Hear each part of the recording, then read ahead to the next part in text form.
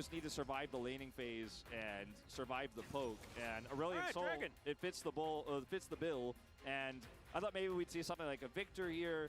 In the old days, you'd be like, oh, maybe Azir could actually round this draft off very nicely, but that's been gutted. It'll make its way back in a future patch. But I'm looking at this draft for D+. There's a lot of power in the bottom lane. Game number 2.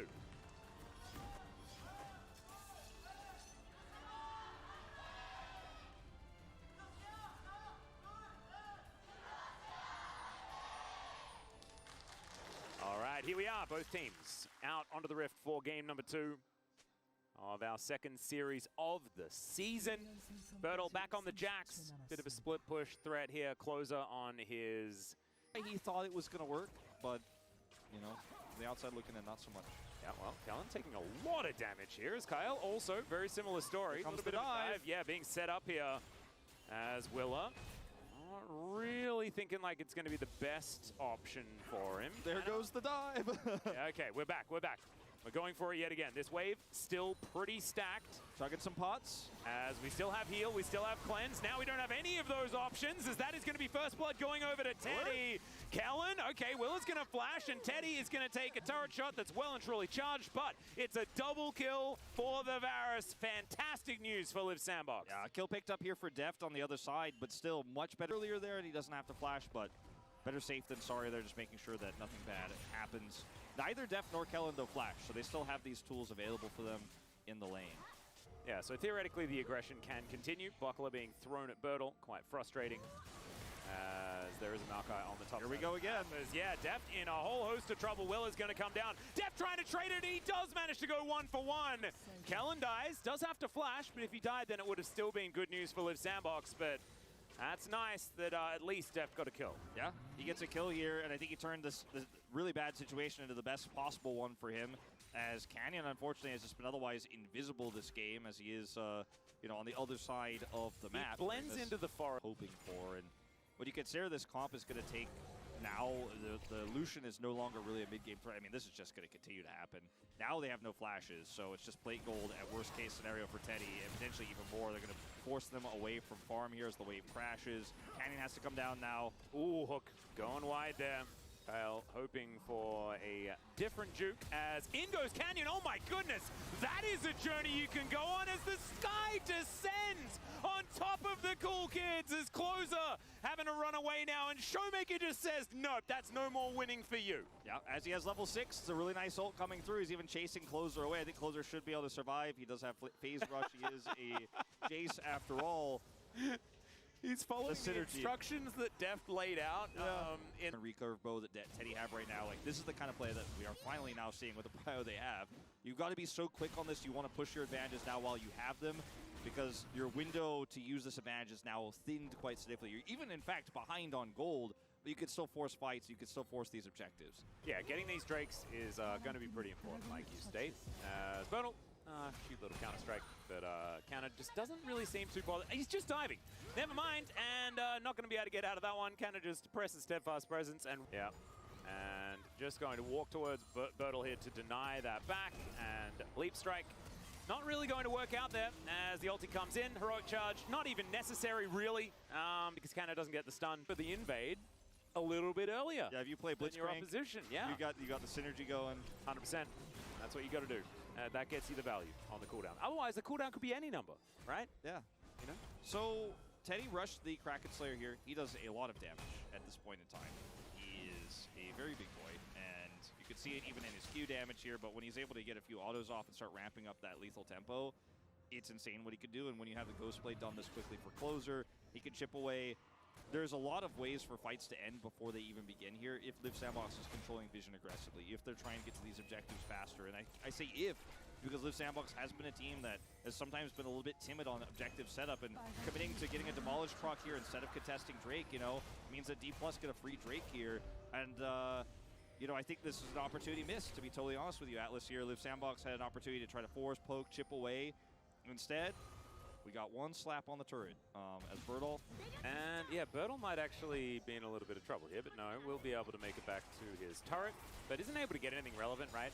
The plates did fall down about 30 seconds ago. I think he managed to get at least one before Things went down. It's going to be denied on the back, and this turret should be dead. Closer should be able to return the favor and actually will collect first turret blood as well, so that's an advantage. Well, you know, the thing is killing a lot of turrets, Atlas. Yeah. They're potentially going to give up this Herald, though. As Birdall scouts this out, they need to rotate over. SHOWMAKER slowing over the rotation. He has his empowered ultimate as well. This is not a fight you want to take. Teddy, no mana. Well, Tidal Wave is going to come through. Yet another heroic charge as Canna is just having the time of his life. Steadfast presence to get them out of there as, oh my goodness, the stars well and truly descending, and now Deft is the one doing all of the damage. The drive-by not going to quite have the range on the laser beam from his mouth, and SHOWMAKER going to back away. So, deep here, they do manage to get the Herald. For a moment, I thought SHOWMAKER was going to flash for it. I really did. I don't think it would have been enough, so he thinks better of it, but this is going to be the mid turret going down. And D Plus just kind of got away with highway robbery there. They started off the Herald early. Live Sandbox were not grouped, and then they were like, wait, hold on, let's contest Birdall. He should be okay. There's no time. That he had, that he told us about after winning Worlds quite a while ago now, but still is hungry for that next victory, right? And actually saying that the fun of League of Legends is playing on the LCK stage, is these match day games. And looks like he's having a lot of fun here today. So no doubt. Really, really good to know. Make sure you go check out that interview, by the way. It's a really good one. Yeah, it is a really good one. I think that, like, when I look at SHOWMAKER too, a lot of the offseason he spent streaming and experimenting on Deft. Okay. Not going to get hit by the Glacial Prison. Very predictive. Or anything else. Let's say it was a very predictive attempt from Willer. Yeah. Expecting the Relentless Pursuit to be used at a specific timing. Which most players do, to be honest. As soon as they see the Sejuani, they panic, they dash. That's what he does. End up putting together for himself. And speaking of, yeah, there we go. It's his favorite item in the game, the Rapid Fire Cannon. Yeah, he's just not going to build a Mythic. He's not super interested in all that right now. It's just going to go fast and shoot far. Yeah, and you need to make sure that you get as much value out of the Energized passive, you know? That's the Storm Razor way. Yeah, your Chessie's boy. Yep. And yeah, there are a lot of bucklers being thrown around in this lane. Birdall's trying to look like he's doing damage and wants to 1v1, but I don't think he really wants to do damage or 1v1 because he loses on that front. Yeah. Canna, who has a Bramble Vest as well as Canyon.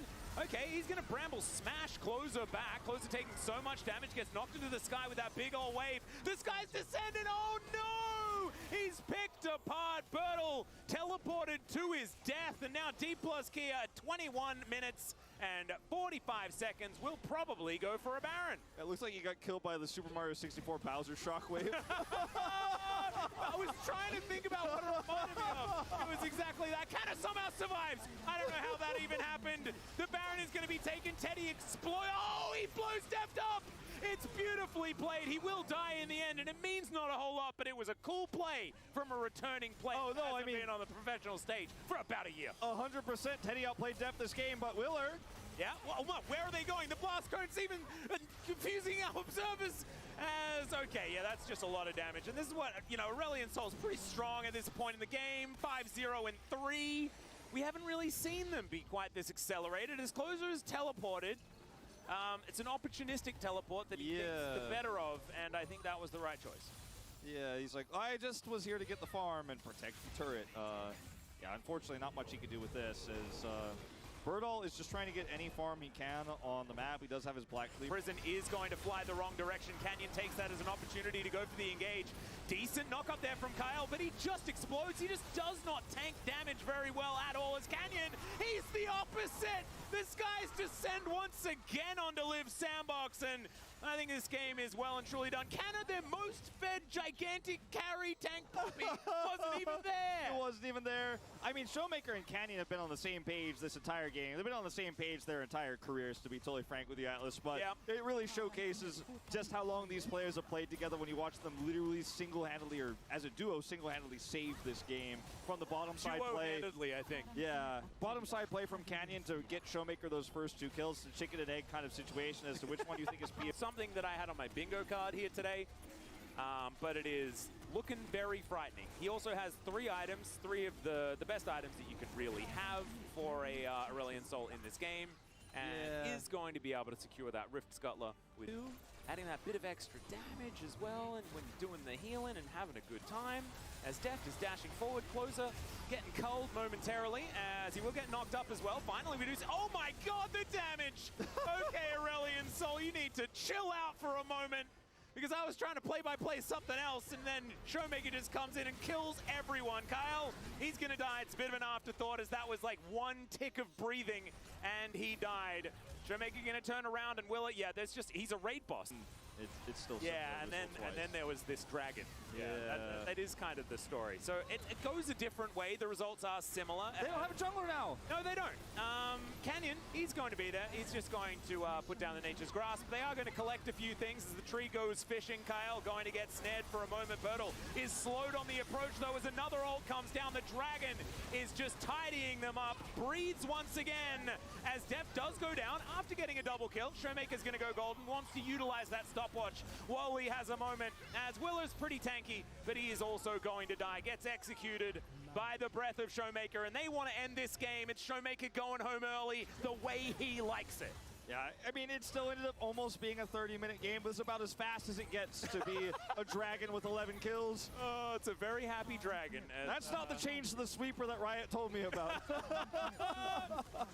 And is it going to be double POGs? I think so. SHOWMAKER, I think so. It's such a great story for a player that has been struggling more recently than not, someone who has been an absolute veteran of the LCK for the last few years. SHOWMAKER having a great performance here today. Deft, similar story, although Teddy playing much better in game number 2, which I imagine, even if you just